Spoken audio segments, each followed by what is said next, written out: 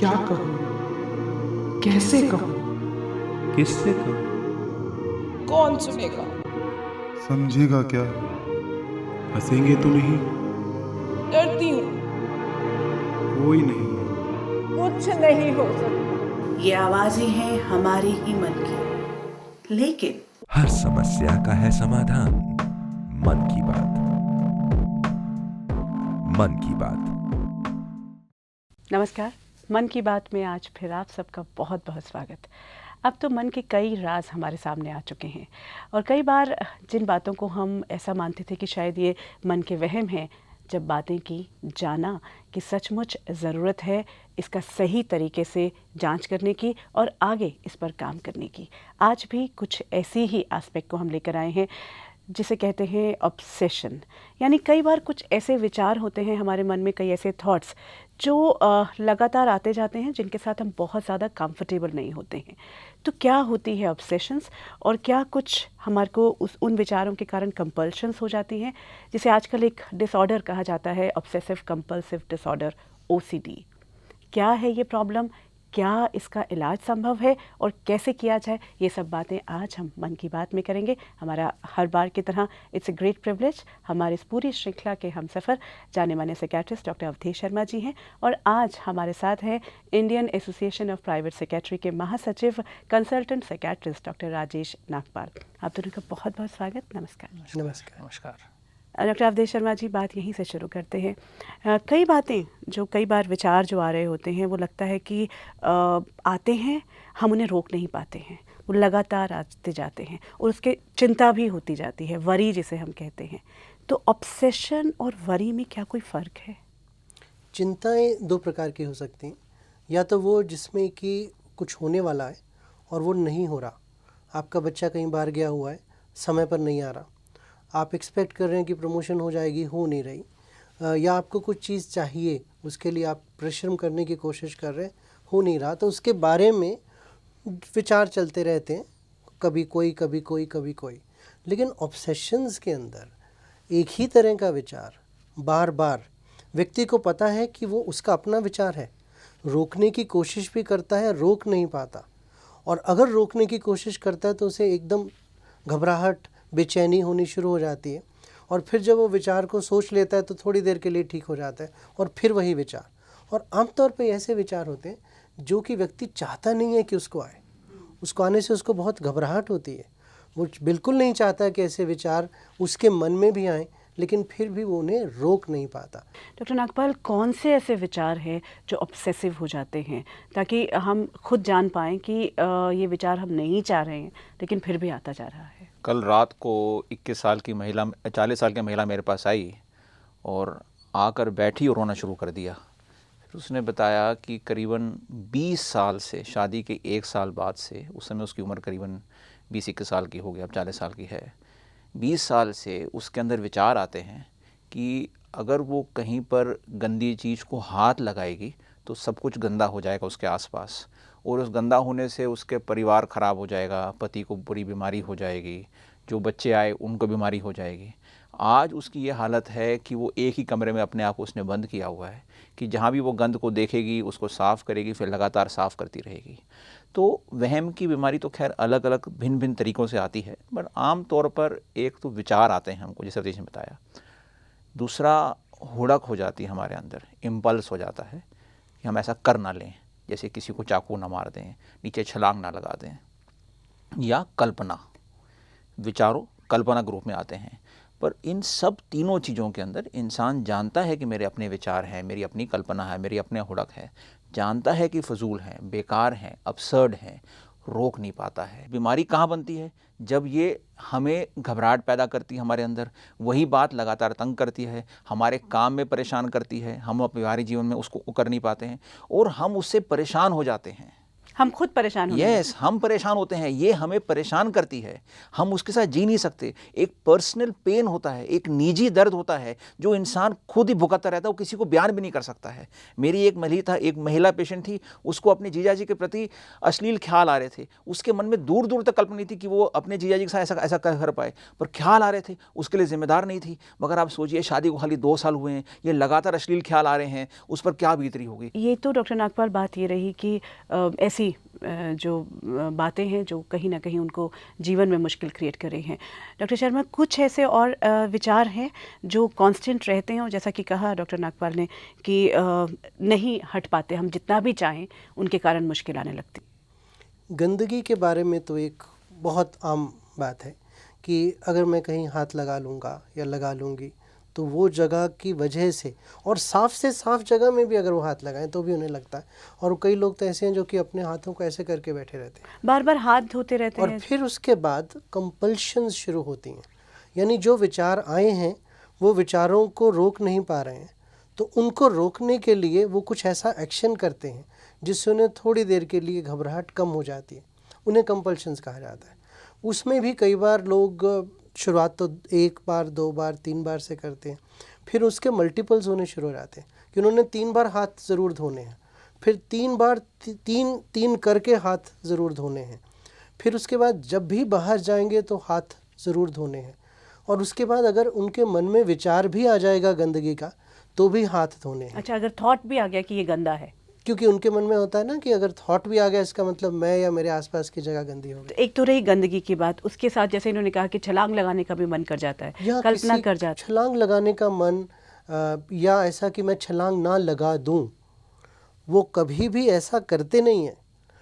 Obsessions और compulsions में आमतौर पे कभी भी किसी व्यक्ति ने उस एक्ट को किया नहीं है, लेकिन उन्हें डर है कि मैं ऐसा कर ना दूं, और ना कर दूं इसके लिए वो फिर कंपल्शंस करते हैं ताकि वो ना ऐसे ऑब्सेशंस और कौन कौन से आम तौर छलांग पे? लगाने का, किसी को हर्ट ना कर देने का, यानी चाकू ना मार देने का, किसी का गला ना घोंट देने का, या सेक्सुअल थॉट्स कि मैं कोई गलत सेक्सुअली जो मॉरली बात सही नहीं है वैसा काम ना कर दूं, या अपने बारे में या भगवान के बारे में कुछ तरह के ऐसे ख्याल आना कि जैसे कोई गलत एक्ट हो रहा है, या ऐसा लगना कि कोई मेरे आसपास वाले लोग हैं उनसे कुछ ऐसा ना हो जाए जिसकी वजह से मैं उनका कुछ गलत कर दूं।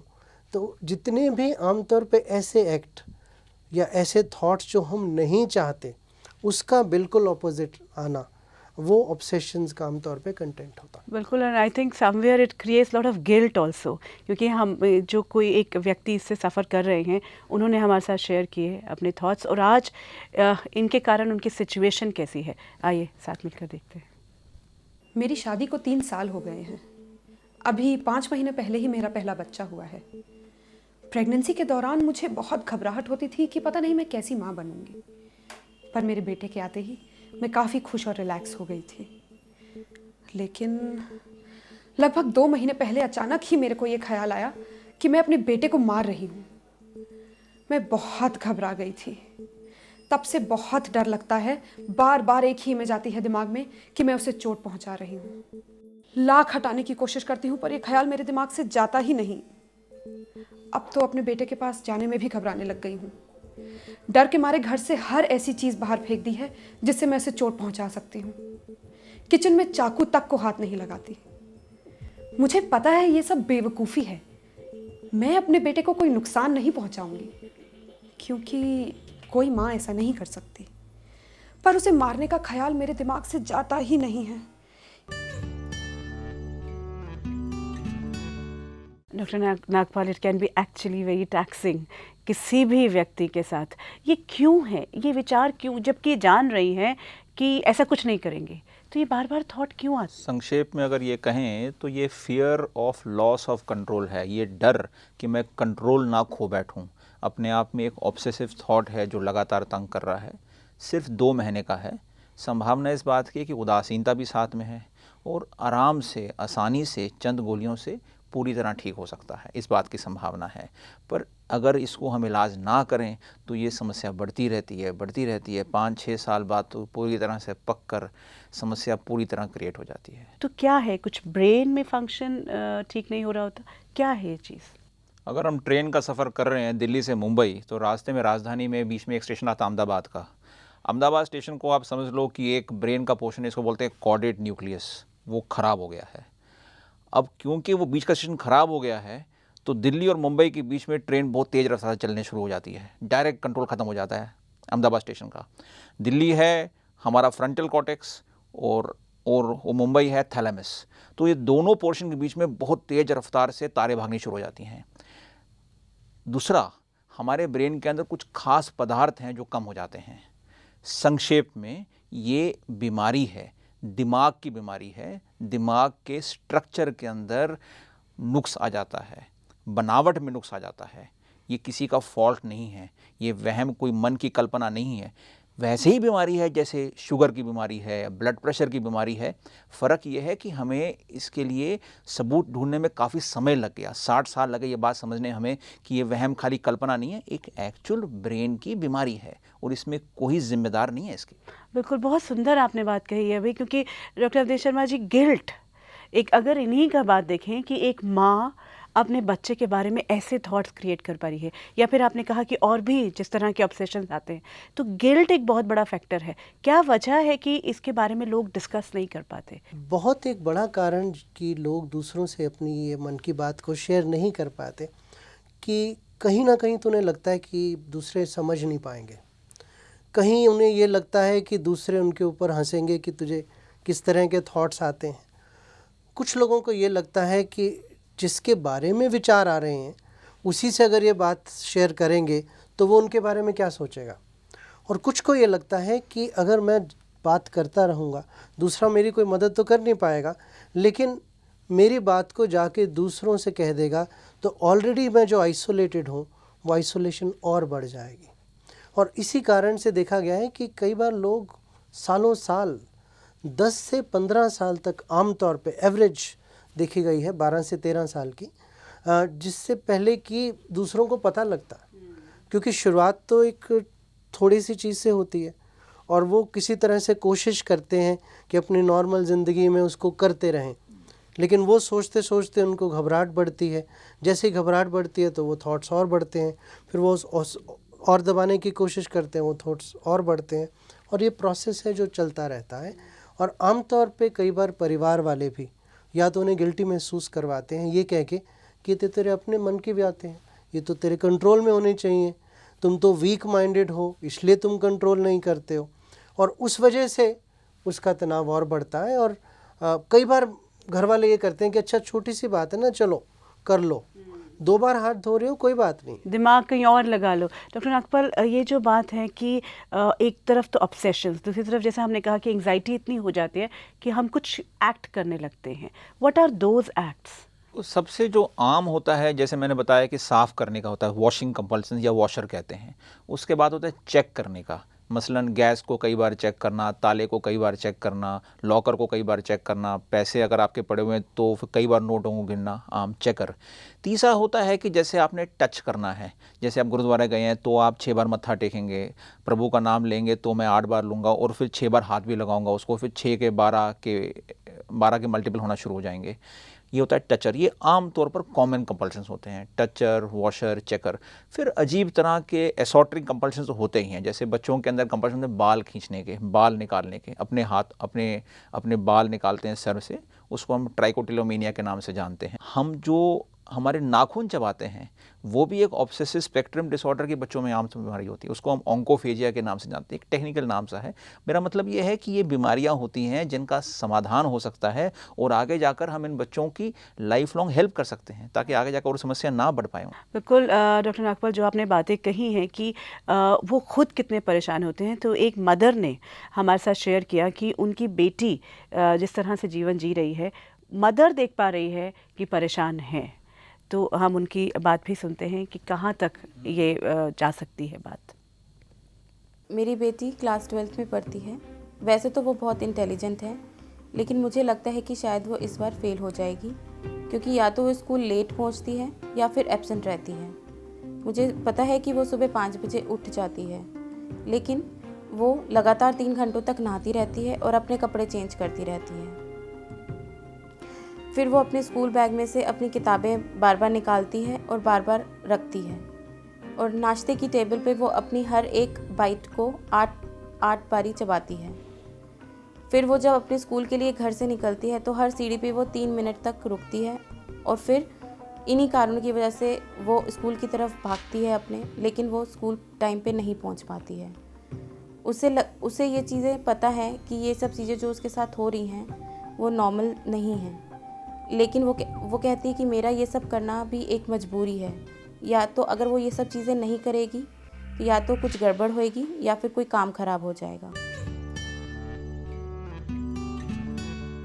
डॉक्टर अवधेश शर्मा, अब ये जो हमारे सामने आया एग्जाम्पल, अगर अभी बहुत ज़्यादा टाइम, जैसे आपने कहा कि बहुत देर लग जाती है, तो अगर बहुत ज़्यादा टाइम नहीं हुआ है तो क्या आगे बढ़ने से रोका जा सकता है? क्या करना चाहिए अभी? जहाँ पे किसी व्यक्ति को खुद परेशानी हो या फैमिली को परेशानी हो, या उसकी वजह से जैसे इस बच्ची का स्कूल या किसी का काम में कोई बाधा आ रही है, तो उसको उसी समय ठीक करने की ज़रूरत है। इसमें व्यक्ति का खुद भी रोल है और परिवार का भी रोल है। अगर प्रॉब्लम आगे बढ़ गई है तो उसके लिए कुछ खास तरह की दवाइयाँ जो कि डिप्रेशन को भी कम करती हैं, ऑब्सेशंस को भी कम करती हैं और कंपल्शंस को भी कम करती हैं, वो देने की ज़रूरत पड़ेगी। लेकिन वो तो किसी सही डॉक्टर की देखरेख में ही होना चाहिए। और उसी के साथ साथ कुछ ऐसे तरीके हैं जिनको हम साइकोलॉजिकल या cognitive behaviour therapy type of techniques कहते हैं, जिसके कुछ प्रिंसिपल्स हैं जिससे कि इंसान अपने आप को, अपने विचारों को कंट्रोल करने में मदद कर सकता है। डॉक्टर नागपाल, ये जो कॉग्निटिव थेरेपी की बात हो रही है कि खुद भी बैठकर, वो बच्ची जैसे खुद ही कह रही है कि अगर मैंने ये सब नहीं किए तो कुछ ना कुछ गलत हो जाएगा। हाँ, तो उसका एक साधारण तरीका होता है, इसको बोलते हैं एक्सपोजर रिस्पॉन्स प्रिवेंशन। टेक्निकल सा शब्द है, बट साधारण शब्दों में ये यंग लड़की को हम जैसे उसके बैग में उसमें लगता है कि गंदगी है, उसको निकालूंगी। अब वो अपने बैग को हाथ लगाएगी, अपने बैग को हाथ लगाएगी तो उसके अंदर घबराहट पैदा होगी, उसका बैग गंदा है। मैं अपने बैग को हाथ लगाऊंगी, मेरा हाथ गंदा होगा, मेरा हाथ गंदा होगा तो जहाँ कुछ भी हाथ लगाऊंगी वो सब कुछ गंदा हो जाएगा, वो सब कुछ गंदा हो जाएगा तो माँ बीमार पड़ जाएगी, पिताजी को तकलीफ़ हो जाएगी, भाई बीमार पड़ जाएगा, वगैरह वगैरह। आज मैं इस लड़की को हाथ लगाने का आदेश देता हूँ, लड़की उस बैग को हाथ लगाती है, उसे हम एक्सपोजर कहते हैं। अब क्योंकि बच्चे के अंदर एक ख्याल आता है कि मेरा हाथ गंदा होगा, मुझे हाथ साफ़ करना है, हाथ साफ़ करना है, उसे हम कंपल्शन कहते हैं। अवधेश ने कहा कंपल्शन कहते हैं। अब उसको हाथ ना साफ़ करने देना, उसे हम कहते हैं रिस्पॉन्स प्रिवेंशन। हमने बच्चे के अंदर से इच्छा उठती है कि मैं हाथ को साफ़ करूं, लगातार हाथ साफ़ करते रहूं। अब मैं उसको रोकता हूं करने से, अगर मैं बच्चे का पिता हूं तो अगर मैं उसको रोकता हूं घर में और अस्पताल में या क्लिनिक में डॉक्टर रोकता है, तो उसे हम कहते हैं प्रिवेंशन। एक्सपोजर कि मैंने बच्चे को सामने उस बैग के सामने हाथ लगवाया और फिर उसको रोका हाथ धोने से, एक्सपोजर रिस्पॉन्स प्रिवेंशन। ये हाथ धोने में, चेक करने में इसका इस्तेमाल किया जाता है। कंट्रोल्ड तरीके से उसको करते हैं, बच्चे को असेसमेंट करते हैं, बिहेवियर थेरेपिकल असेसमेंट की जाती है, कैंडिडेट को देखा जाता है कि वो सूटेबल है कि नहीं है, उसके बाद ही इस तरह का प्रोग्राम स्ट्रक्चर होता है। मतलब ये तो मैंने आपको सारे शब्द बता दिया ऐसे करते हैं, पर इसकी एक परिभाषा है, इसके लिए एक स्टेप्स हैं जिसमें केयर गिवर या पेरेंट का बहुत लंबा चौड़ा हाथ होता है जिसको समझाया जाता है, और वो एक बहुत एंकर होता है सारे ट्रीटमेंट के अंदर। एक जो बहुत ज़रूरी बात है, क्योंकि कई बार पेरेंट्स बहुत दुखी होते हैं, तो वो सालों साल झेलने के बाद जब उन्हें लगता है कि अच्छा ये करना है, तो वो उसको थोपते हैं और चाहते हैं कि एक ही दिन में सब ठीक हो जाए, जो कि नहीं होने वाला। वो भी एक प्रोसेस है, और शायद अगर कोई चीज़ 10 बार हो रही है तो वो कम होकर पहले 8 बार होगी, फिर 6 बार, 4 बार, 2 बार, और फिर धीरे धीरे ख़त्म होगी। उसी के साथ साथ अगर पेरेंट्स की अपनी एंग्जाइटीज़ भी साथ में चल रही हैं कि इसकी वजह से इसको कुछ हो तो नहीं जाएगा, तो वो उसे पूरा ट्रीटमेंट करने ही नहीं देते, उससे पहले ही रुक जाते हैं। जो पेरेंट्स को या केयर गिवर को, जो परिवार में है दूसरे सदस्य या कोई दोस्त जो भी है, उन्हें ये समझने की ज़रूरत है कि इस चीज़ को ना तो फोर्स किया जा सकता है, ना इसे हमेशा के लिए ढीला छोड़ा जा सकता है, लेकिन एक समझाने की और समझने की ज़रूरत है कि इस विचार से आपका या किसी और का कुछ खराब नहीं होगा। इस विचार के सालों साल आने के बाद भी आपने कोई ऐसा गलत काम नहीं किया जिसके लिए आपको गिल्टी महसूस होना पड़े या जिसके बारे में आप डरते हैं। जब ये चीज़ उनके सामने आती है तो जितनी एंग्जाइटी होती है वो कम होनी शुरू हो जाती है। हाँ, इट्स ओनली अ थॉट, आपने किया थोड़ा ना कुछ भी। पर वो उसका एक तरीका जो है वो उसका अंदाज़ अलग है। देखिए जैसे अगर मक्खन हमारे फ्रिज में हो, सर्दी के मौसम में बिल्कुल टाइट होता है, हार्ड होता है, तो चाकू भी टूट जाता है।